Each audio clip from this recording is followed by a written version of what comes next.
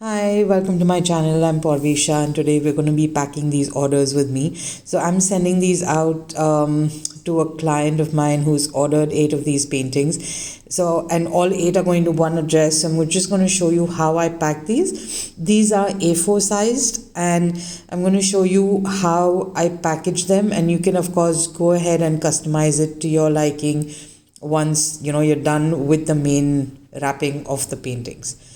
So the first thing you're going to need are tracing sheets, or even gateway paper will work absolutely fine. I have a whole box of them. You can buy them at your regular stationery store as well. You get individual sheets and you get a box of it. I'll be linking it in the description box below. All you want to be placing is a sheet between each painting, just like so. And we're doing this to ensure that the pigment stay in place. Even if there is any movement, there's no transfer of paint from one painting to the other. And we're just going to do this until I've sandwiched all the paintings. So honestly, when I started selling paintings, I didn't know how to pack them and how to send them without it being damaged. So I did look up quite a bit and I didn't find anything helpful. So I came up with my own way of packing, and hopefully you find this helpful. Now for the last sheet there, I'm just going to put one more sheet. Now notice I've put one sheet right on top and one at the bottom. That's because we're going to be sandwiching it between two boards, and I don't want it, in case there's any dirt on the board, to be transferred on to my artworks, whether it's the back or the front of my paintings. Okay, so I'm just leveling it out now. And for sandwiching, I usually use cardboard. Now you can use, for example, the back of a sketchbook. They're usually very sturdy and perfect for sandwiching paintings. So I save up these sheets once I'm done with my sketchbooks, and I use them as a front and back for my artwork.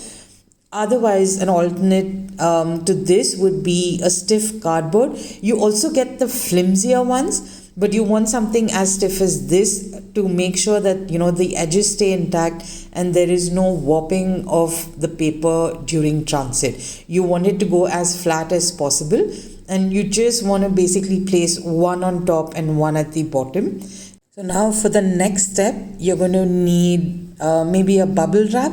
You want also masking tape, so it's easier for the customer to peel off and there's no tearing of any sorts. There is a risk otherwise you run of the customer tearing off the painting by mistake when taking the tape off.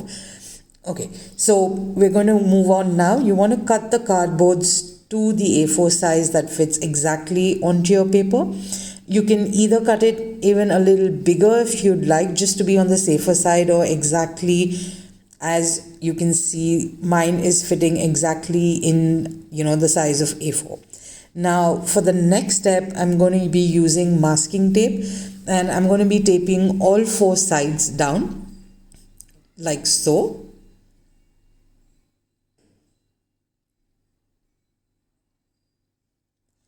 You want to make it secure. You want to slightly tug at it and make sure that it's a snug fit.